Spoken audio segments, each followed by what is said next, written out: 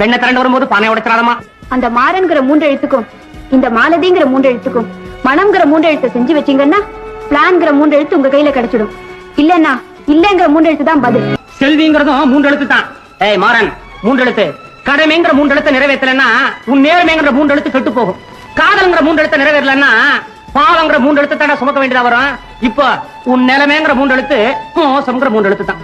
உடலுங்கிற 3 எழுத்துல இருந்து உயிருங்கிற 3 எழுத்து போயிட்டா பிறகு பிணங்கிற 3 எழுத்து தான் மீண்டும். அதே போல காதல்ங்கிற 3 எழுத்து வெற்றிங்கிற 3 எழுத்து அடையாம தோல்விங்கிற 3 எழுத்து தழுவி என் மகளுடைய வாழ்வுங்கிற 3 எழுத்து துயருங்கிற 3 எழுத்தோட கலந்து கோபங்கிற 3 எழுத்து அடைஞ்சு அதனால கத்தி கயிறு கிணறு கடல் விஷம் இந்த 3 எழுத்து அவன் நாடி போயிட்டா. ஐயோ என் நிலைமை என்ன ஆகிறது? அப்பா, பேராசைங்கிற 3 எழுத்து உங்களை நல்லா பிடிச்சு ஆட்டுது. மகளுங்கிற 3 எழுத்து நினைக்கும் போது நட்பு